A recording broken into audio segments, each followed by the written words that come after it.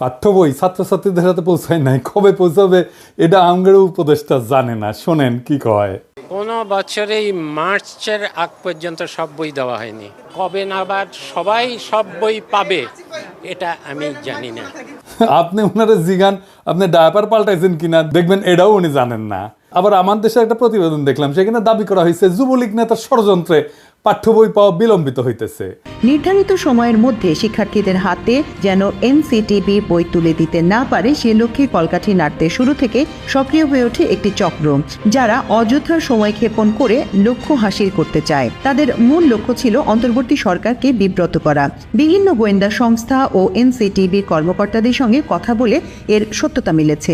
মুদ্রণ শিল্প সমিতির সাবেক সভাপতি এবং যুবলীগ নেতা জহুরুল ইসলাম পাঠ্যপুস্তক নিয়ে সরকারকে বিব্রত করতে প্রথম থেকেই সক্রিয় হয়ে ওঠেন। এরই অংশ হিসেবে সরকারের বিনামূল্যের পাঠ্য বই মুদ্রণের জন্য 25 মার্চ পর্যন্ত সময় চেয়ে শিক্ষা উপদেষ্টা বরাবর চিঠি পাঠিয়েছিলেন মুদ্রণ শিল্প সমিতির সিনিয়র ভাইস চেয়ারম্যান জুনাইদুল্লাহ আল মাহফুজ। এ নিয়ে ব্যাপক আলোচনার পর তড়িঘড়ি করে সংবাদ সম্মেলন ডেকে ক্ষমা চান মাহফুজ এবং সমিতির প্যাডে চিঠিটি যাওয়ায় নিজের দায় স্বীকার করে ক্ষমা চেয়েছেন সমিতির সভাপতি রাব্বানী জাব্বারও। রাব্বানী সাবেক ডাক ও টেলিযোগাযোগ মন্ত্রী মোস্তফা জব্বারের আপন ভাই।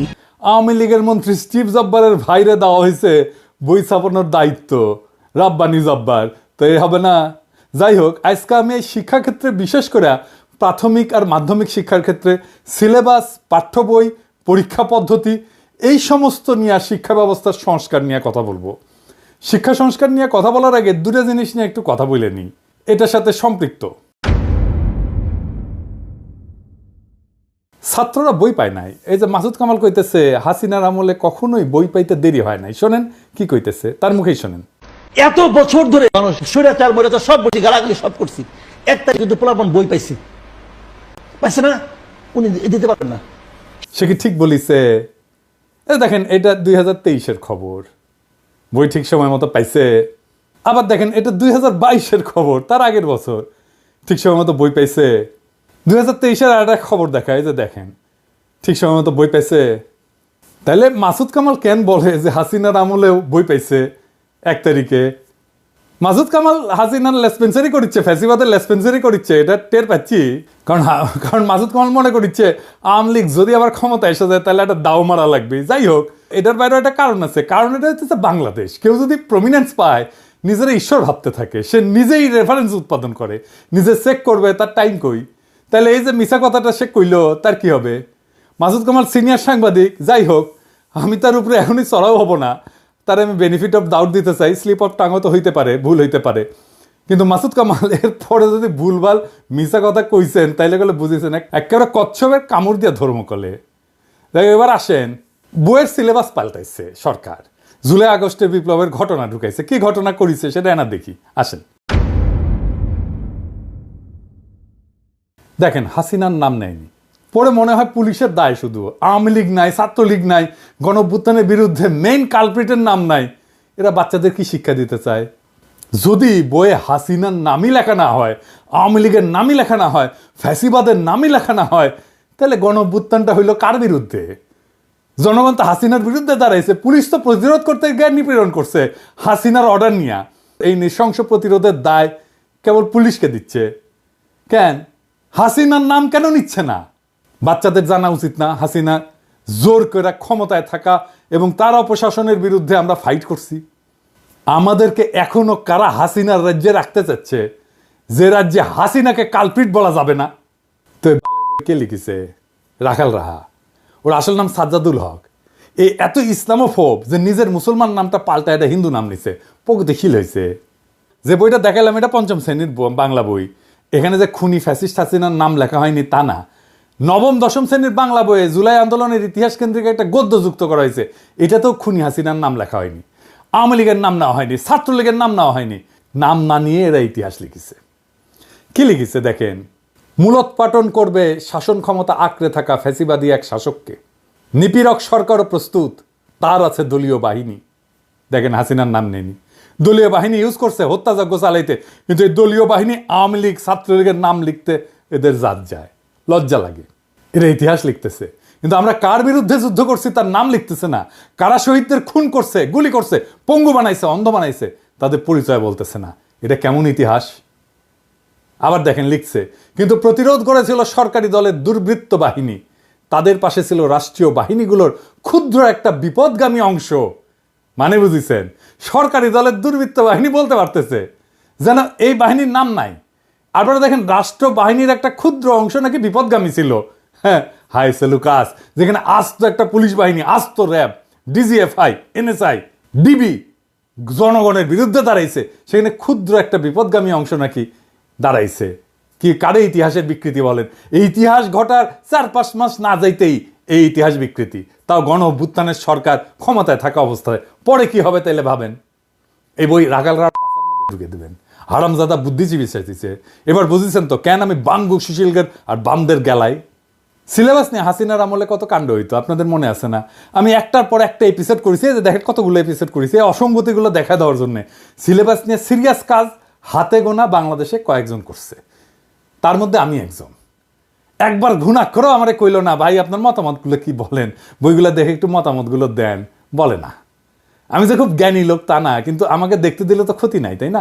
আমার রিকমেন্ডেশন নিয়েন না, দরকার হইলে একটা মতামত তো ফ্রি পাইতেন, তাই না? রাগালরা যে কাজটা করিচ্ছে, টাকা নিচ্ছে, গাড়িতে ঘুরিচ্ছে, গাড়ি পাইছে একটা ফ্রি, অফিস পাইছে, স্টাফ পাইছে, আমরা তো টাকাও দিতে হতো না। তো সাজেশন নেন না কেন? কারণ হইতেছে রাখালরা শুধু হিন্দু নামই নেয়নি, তার সাথে হিন্দু ধর্মের বর্ণ প্রথাও নিছে। আমি তো নমশূদ্র, তাই আমার সাজেশন নিলে জাত যাবে রাখাল রাহার। রাখাল রাহালে কেউ দেখলে জিগায়েন তো, ওই যে ক্ষুদ্রকালে ওর যন্ত্রের যে কর্তৃত্ব চামড়া আছে না আগা, ওটিকে আবার লেগে নিছে নাকি প্লাস্টিক সার্জারি কইরা। যাই হোক, দেখেন আসিফ মাহতাব উৎস যে নতুন বই নিয়ে কি কইতেছে, ওরাও তো খুশি না। দেখেন তার ভিতরে কি কি দিচ্ছে তার একটা নমুনা কেউ একজন লিক করেছে, এবং এটা আসলেই যে তাদের মধ্যে আছে সেটা আমরা কনফার্ম করেছি। যে একটা গল্প তারা দিয়েছে, এটা আপনারা সব অনলাইনে পাবেন। তো গল্পটার এখানে অনেক সুন্দর সুন্দর কথা আছে, তার মধ্যে আমি একটা পড়ে শোনাই, যেটা পড়তেও আমার ভালো লাগছে। Sundays try to walk like a lady and not like the slut that you bent on becoming. এটার মানে হচ্ছে এইভাবে, মানে রবিবারে ভালোভাবে হেঁটে যাবে, যাতে করে তুমি যেই খান কি না সেটা হতে চাও, তুমি সেটা না হতে পারো। এবং এই গল্পে এই ওয়ার্ডগুলি, মা মেয়েকে খানকি ডাকছে, এটা মানে বারবার আসছে। আমি জানি না এই গল্পটা আমাদের সাহিত্য বা ইংলিশের ক্লাস 9-এর বইয়ে থাকা কতটা প্রয়োজন। তার মানে সিলেবাস নিয়ে ঝামেলা মিটাতে পারে নাই। এবার আসেন আমি সলিউশন নিয়ে কথা বলি। এখন যেভাবে বই ছাপা হয় সেটা বন্ধ করতে হবে, তাইলে পরিবেশের ক্ষতি কিছুটা কমবে। গাছ কাটতে হবে না এই কাগজ তৈরি করার জন্য, কোনো ছাপা বই থাকবে না। ছাত্রছাত্রীরা ট্যাব পাবে, ট্যাব 1 বছর বইয়ের জন্য প্রত্যেক ছাত্রের পিছনে খরচা হয় প্রায় 500 টাকার মতো। ট্যাবের আয়ুষ্কাল যদি 3 বছর ধরি, তাহলে এই 3 বছরের খরচা মানে 1500 টাকায় বাংলাদেশে একটা উন্নত মানের ট্যাব উৎপাদন করা যাবে, যেটা পড়ালেখা করতে পারবে। চিন্তা করেন কি পরিমাণে কর্মসংস্থান হবে যদি আমরা বাংলাদেশে ট্যাব উৎপাদন করতে পারি। আবার ট্যাবের তো ট্রাবল শুটিং হবে, রক্ষণাবেক্ষণের জন্য নানা উদ্যোগ গড়ে উঠবে, নানা লোক এখানে কাজ করবে। এইটা সব স্কুল মাদ্রাসা একসাথে থাকবে, একটা সেন্ট্রাল ডেটাবেজে ভ্যালিডেটেড চ্যাপ্টার থাকবে, বইয়ের লেখে লেখে ওইখানে ভ্যালিডেটেড চ্যাপ্টার একটা স্টোর করা হবে আর্কাইভে। ওই আর্কাইভে চ্যাপ্টারগুলো থাকবে, বইগুলো লিখবে স্কুল আর মাদ্রাসার শিক্ষকেরা, ভ্যালিডেট করবে একটা বোর্ড। সংশ্লিষ্ট স্কুল বা মাদ্রাসার নিজের বই বা নিজের মডিউল সেন্ট্রাল ডেটাবেস থেকে, ওই আর্কাইভ থেকে চ্যাপ্টার দিয়ে নিজেরাই তৈরি করে নেবে ইলেকট্রনিক্যালি, বলবে এই আমার বই এই চ্যাপ্টারগুলো থাকবে, ব্যাস বই তৈরি হয়ে গেল। ওটা ডাউনলোড করে নেবে ছাত্ররা। এটা সুবিধা হচ্ছে স্থানীয় ভিত্তিতে নিজস্ব সিলেবাস তৈরি হবে। ধরেন আমি একটা এক্সাম্পল দিই, ময়মনসিংহ, রাজশাহী, চাঁপাইনবাবগঞ্জ, পাবনা, বগুড়া, কুড়িগ্রাম, গাইবান্ধা, এই সমস্ত অঞ্চলে একটা বিশেষ রোগ হয়, জানেন, খুব খতরনাক রোগ হয়। এটার নাম হইতেছে কালাজ্বর।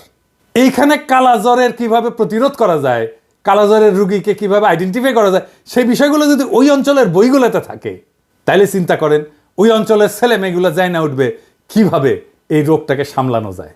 স্থানীয় অঞ্চলের সংস্কৃতি স্থানীয় স্কুলে পড়ানো হবে। ধরা যাক ময়মনসিংহ গীতিকা, এটা পড়ানো হবে ময়মনসিংহ অঞ্চলের স্কুলগুলোতে।